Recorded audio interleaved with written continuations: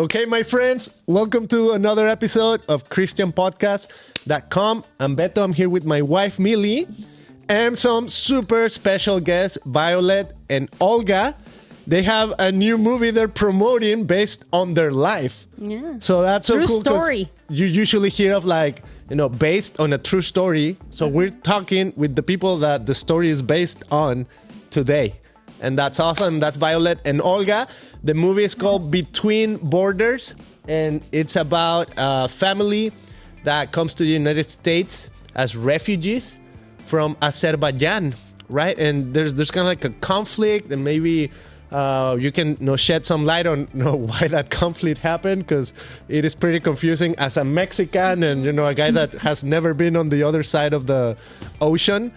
It's like, wow, those things were happening and why. And so we'll probably tackle a few of those questions. But welcome to the show, Violet and Olga. How are you today? Thank you, Pedro and Millie, for having us. We're great. We're doing great. Absolutely great. So Happy New Year, by the way. Happy New Year. As we're recording this, today is January 1st. That's so cool, right?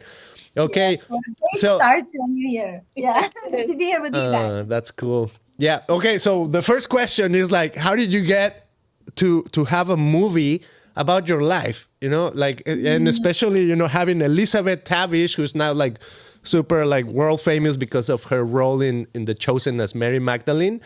And she plays the mom, right? She plays Violet. So, that's so special.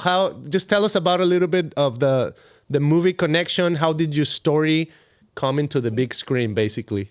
Yeah. You have to do that one because you were approached. You and Dad were approached. Yeah. Do you want to talk who they were? Well, God still performs miracles, right? Yeah. So I consider this to be one of his miracles that have been so evident in our life. So to make, I've been always told by many people who listen to my stories, you just need to write a book.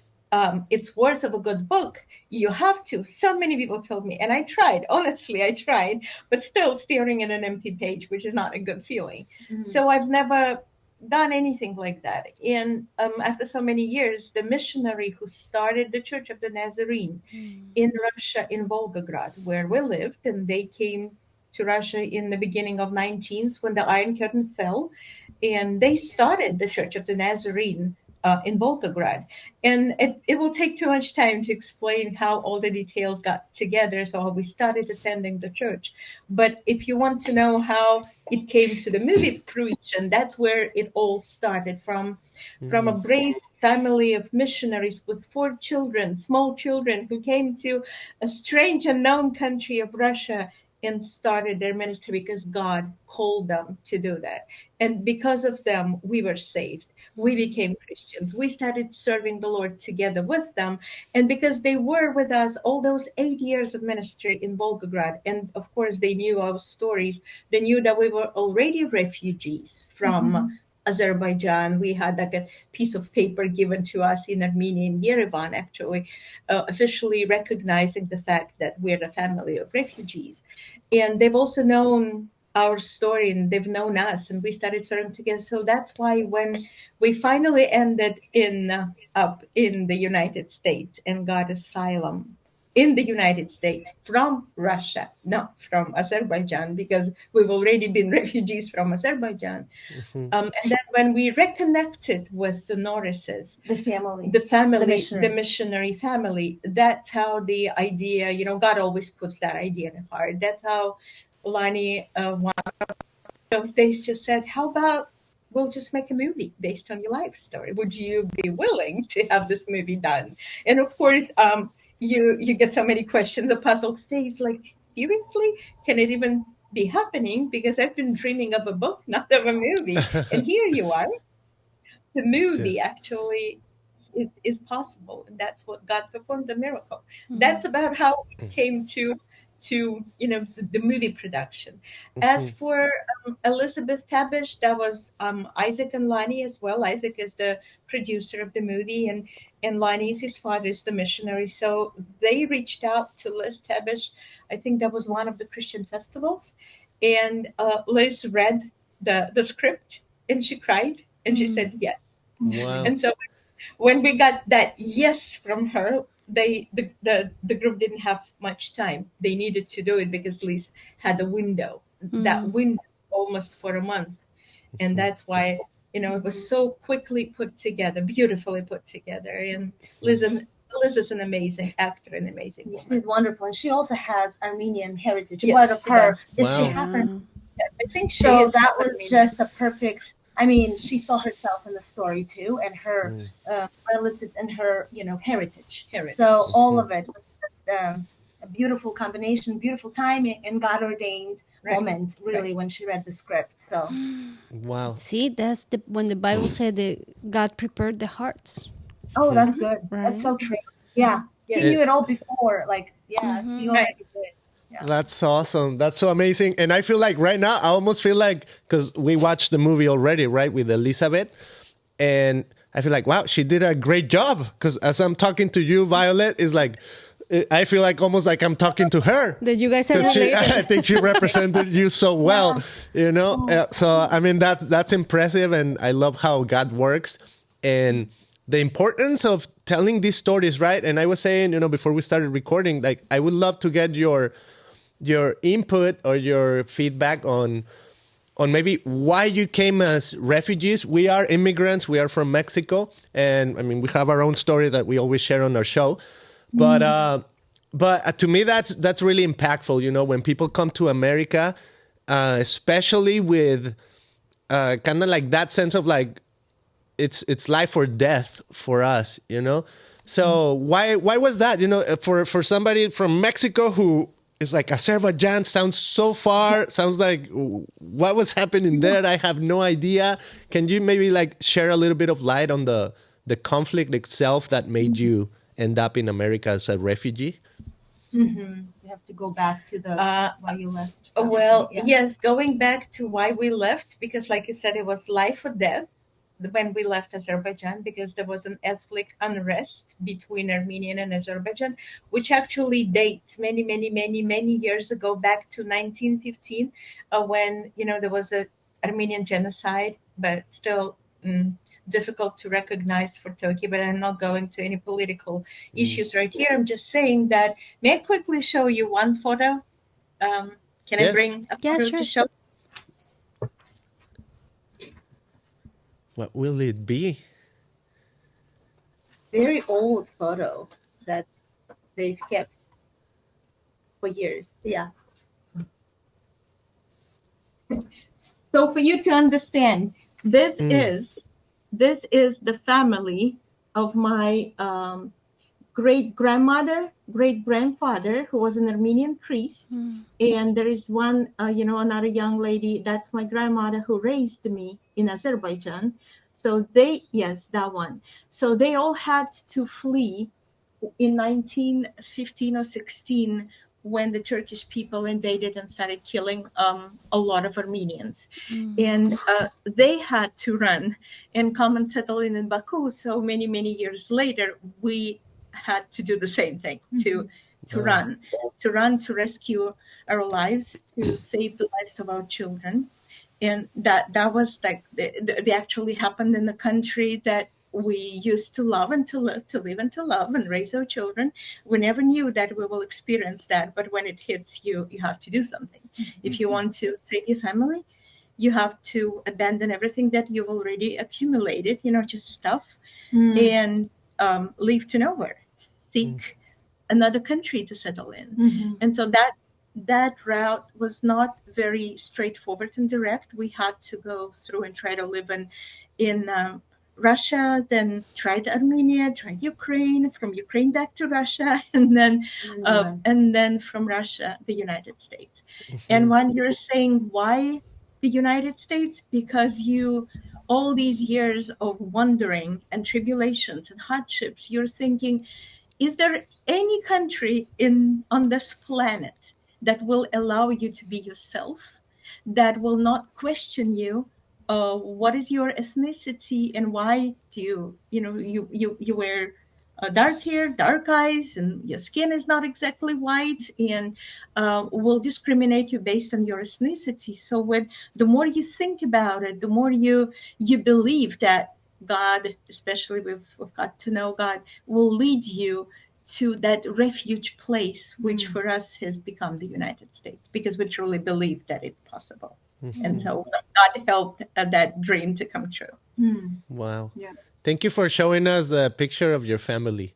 That's one of the things when I met Millie, like, I went over pictures of, when I was growing up and stuff like that. And it's very meaningful because, like Millie was saying before we started recording too, we are, as Mexicans, like we're all about family, right? Yeah. And that's how we connect. And I think, you bringing up that memory, it's so important, especially in America where, like, we're in 2025, right? We're so full into the next century that sometimes we live in the moment and the next, that we kind of forget where we come from, and we kind of forget, the people that have maybe sacrificed in order for us to be where we're at and things like that, right? So, I mean, that's super meaningful, that you look back at your family and what was happening in 1915, right? More than 100 years ago. That's so impactful. And Olga, I mean, how did you live that? Because were you the one always forgetting the monkey. Well, the monkey? In the movie, it's the monkey. It's actually the doll, but in the movie, Okay. they made the monkey. But yeah, it's interesting because as you were talking about, being from Mexico and immigrants, I think there's a lot of similarities. The journeys might have been different, immigrants, refugees, but I think we all can connect on the same issue, that no matter where we are, we're not going to be quite home, right? We're always going to be like a third culture person, because we're home everywhere and we're home nowhere. And that sense of belonging, that this is my place, I don't know if I will have experienced it on this side of Earth. And I think it unifies a lot of us, even through the movie, that everyone can kind of see themselves in the movie if you have gone or have family members have gone through immigration or being refugees. And talking about the family, I think the family also, like, the bonds are so strong, which is very important when you're being an immigrant, when you're a refugee, when you're kind of a guest in a country. Family is your shelter. And a lot of times that's where you don't have to explain all of the background. They get you because they've been through it with you. And for me, that has been our family. We've been a unit, no matter where we were, no matter how difficult it was for us to be accepted by people around us, and no matter how much bullying happened for me as a child, going to all of those places, I knew that when I would come home, I'd be loved by my parents, and that was our unit. And so that only makes the family ties stronger. So I think a lot of ways we do kind of, we can find common ground, whether you're an immigrant or a refugee. This past summer, we sent our son Joseph, 15-year-old, he was 14, to Mexico for a month. Wow. And he born here in Newport Beach, right? He's an American, probably he's been in Mexico 4 times already, but this last time he spent more time. And I did it on purpose so they can discover their culture and where they come from, right? Because we speak Spanish at home, and we're around a lot of Mexican people right where we live. And my mother-in-law lives in front, and behind us, it's my sister-in-law. So we're strong Mexicans, right? We keep our traditions and culture. Yeah. And when he came back, he spent 2 days in bed crying, I never saw him. And he's like, Mommy, I don't know what to do with this pain in my heart. I am Mexican. I'm not American. I born here, but I'm Mexican. I belong there. And he's like, I don't know what to do because I feel like I'm stuck here. I can imagine how will be my life in Mexico. And I'm just thinking, oh my gosh, everything, because it is not easy to survive in this country when you don't have a social security number, you don't have the same privilege. Yeah. We can go, like right now, we sometimes we're scared to go places because we know there's some checkpoints, right? Yeah. So it's different. And people sees us different too, you know? And but I know who I am in Jesus, and I'm overcoming all these bad thoughts, or if people treat me bad, I don't care, because my family, we are missionaries in this country. We can see the need of Jesus where we at. So for me, it's like, okay, I have my legal status because I know where I belong, right? And that get me secure, and I feel strong, and I just keep listening what God has for us. But I feel you, Olga, what you're saying, like, oh, it's so hard. Like, this child was born here. He never knew Mexico, and he's going back with my family and friends, and he's like, Mommy, you're not gonna believe, people are so friendly. Everybody's your friend. Grown-ups, little ones, your same age. It's so easy to make friends in Mexico. And here, it's not easy. He's, crying and crying because it's hard for him to build friendships here.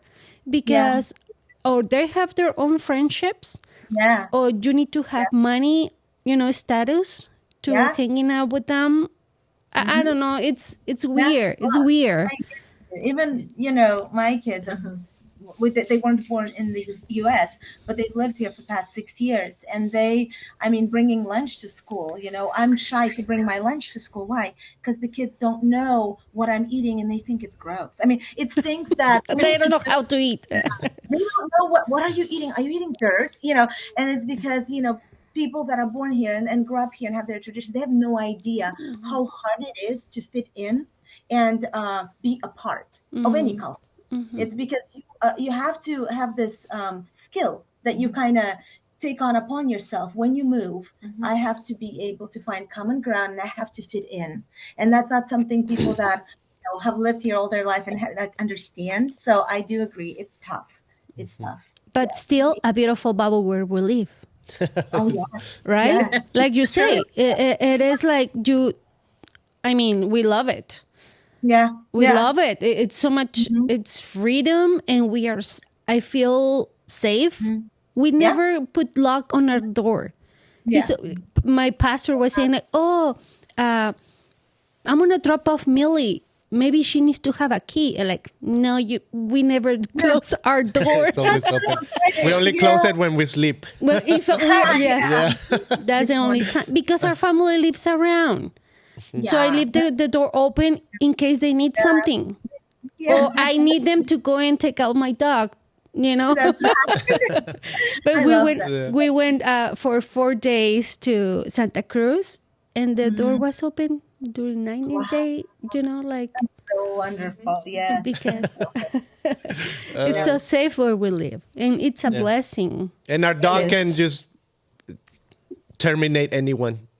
Not really. It's a little doggy, like poodle. So, Violet, I was just, spoiler alerts a little bit, or a lot. A lot of it. But I just love your determination. When you guys were on the court, and the lawyer came over, and I can give you this.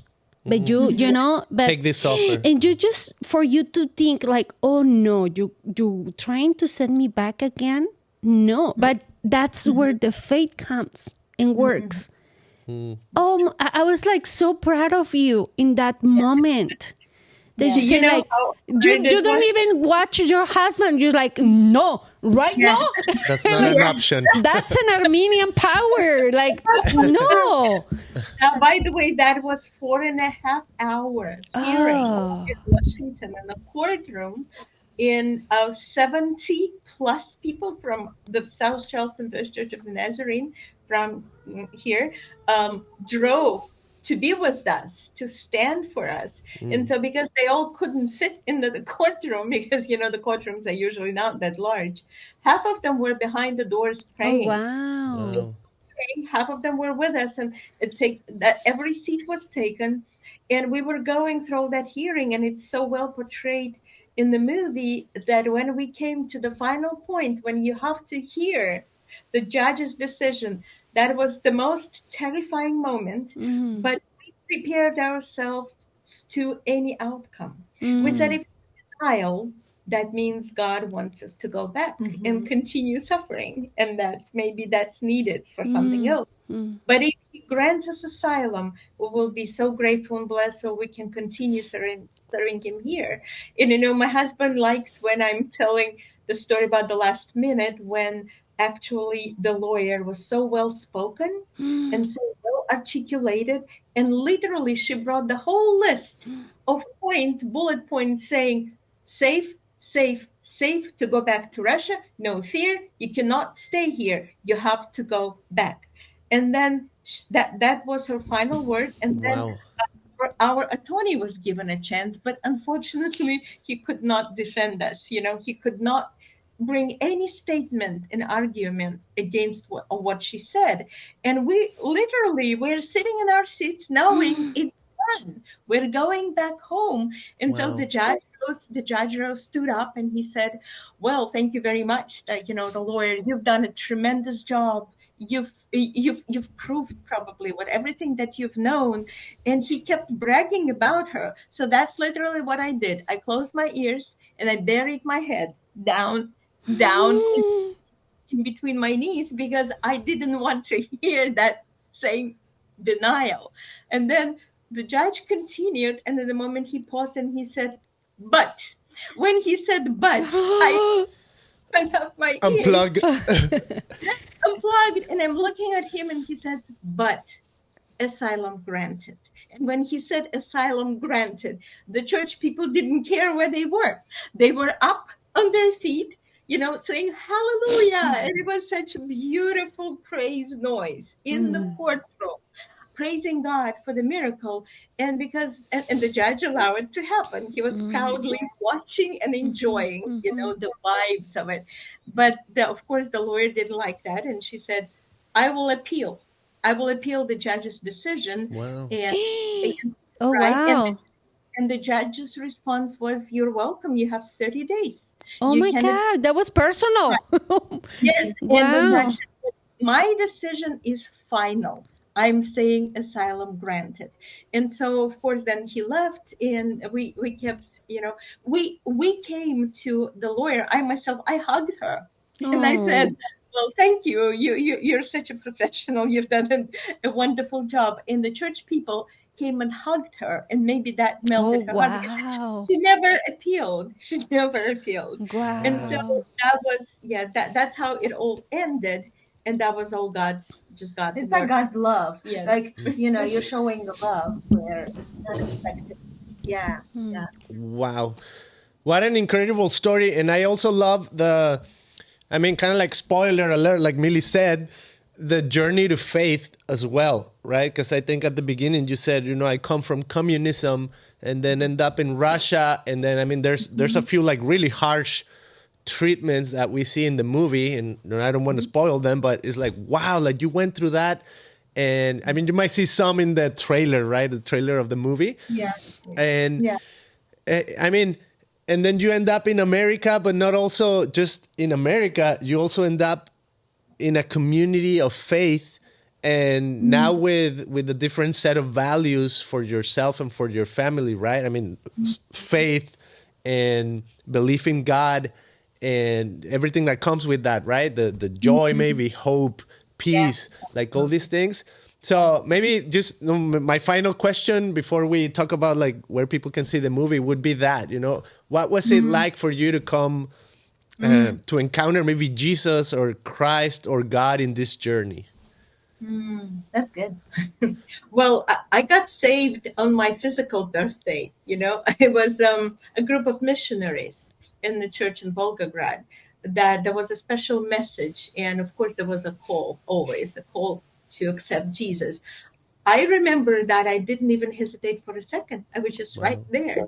And I still remember beautiful green eyes of the lady, Beverly, her name was, that she was so happy for me. She hugged and we both cried. And of course, I can't say that there was like this click, you have to start not only putting your heart, but your mind as well, and discipline and self-control and all the fruit of the spirits to be able to mature and grow. But because our missionaries, and Lanyanor is the one who, started the movie, because they trusted us so much that all of us, we were serving. We started immediately serving God and in doing a lot of events, outreach events, to be able to bring people to Christ. I think one of the most powerful things that you're not saying is when she was a Communist Party leader. She wasn't just a part of a communist. She was a Communist Party leader. One of her at school, one of her tasks was kind of for the Easter and Christmas to stand in front of the doors of churches and prevent kids from coming in, because as a duty of a communist to make sure that there's lies being told, you're not going to come in. And when she became a Christ follower, and she still taught English as a second language in Russian schools in Volgograd, she started bringing kids to church now. And she was fired from her job in Russia because she converted the whole classroom of girls to come to Christ. I mean, it's a whole like a turnaround of my mom. And I've seen my mom before Christ, and I've seen her after Christ. So and powerful. Yeah, you're a leader no matter what. Just who's your boss, right? Yes, crazy. That's so good. That's really good. But I've seen my mom, and the strength that is in the movie is exactly what I've witnessed in her my whole life. So it's true. Yeah. Wow. Amazing. Okay, so let's wrap it up with that. It's a great movie, Between Borders. What are you most excited about, maybe as people go watch it? When, where, how, like all the details about this movie. So it is, it's about 1,000 movie theaters all over the U.S. And if you go to betweenborders.com, there's a list you can find if it's in your area, in your city. And it is only 3 days, January 26, 27, 28. So you got to get your tickets and then after that, it's going to be able to be streamed, I think, on Angel's platform. But we don't know when. And, we don't know exactly when. So catch it in those 3 days. And I'm just excited, I think, for people to see the movie and maybe to give voice to those that are not able to speak, to be heard. It's the refugees, it's the immigrants, it's people that are often overlooked. I hope that this movie gives voice to those that can't speak up for themselves. And I also hope that what people see in the movie and through the movie, that the only difference that made it for my family through all of our tribulations was Jesus. If Jesus was not there, I don't know where we'd be right now. So it is all Jesus, and it's all community. And absolutely community, which is the church, which is his hands and feet. Absolutely, yes. What about you? Yes, you agree. You agree. Of course, I think alike. That gives me so much hope. Thank you so much. We still on the process. And in our case, they denied twice for just small things that they didn't like. And we're on our third case. Our church are sponsor us too. They've been paying a lot of money, and they always say, you know what, we're such a small church, and they're like, no, the money, it's not a problem. So they say yes. The last time we talked to a lawyer, he told me, and I found out that I'm not in the package. So it's only for him. So for me, the only way right now is to wait till my son turns 21, so he can put a petition, right? And but I know a God of miracles. He's the one who have the last word, and I'm just focused on who he is and what is he's doing through my life and through this podcast. And this morning, Beto and I, we were praying that, the darkness is out there, but we know that we're going to take control of all media. We want to proclaim and we want to declare the media is for Jesus, because I can believe that like pornography is number one business in the world, making a lot of money, and it's everything through media. So right now, in the name of Jesus Christ of Nazareth, this, your movie, this podcast, all Christian content is going to start, all the Reddit, all the crazy universe that we don't see, and it's going on right now with technology. we're declared that for Jesus too. That's so good. Amen. Thank you guys for what Amen. you do. Thank you. Thank you for your ministry. And we will awesome. keep praying for you. Yeah. Thank you. Yes, Thank you gave us a voice, with this movie. You're giving us a voice, like personally giving us a voice. Yeah. So thank you for doing that. Thank you for following Jesus and being faithful to him. And friends, thank you for watching. Like, subscribe, share this episode with a friend. Make sure you go and check out Between Borders in theaters and then on stream, and then just tell everybody about this movie. Go watch it with a bunch of people. All right, we'll see you guys on the next one. Thank you guys. You're so awesome. you. Love you.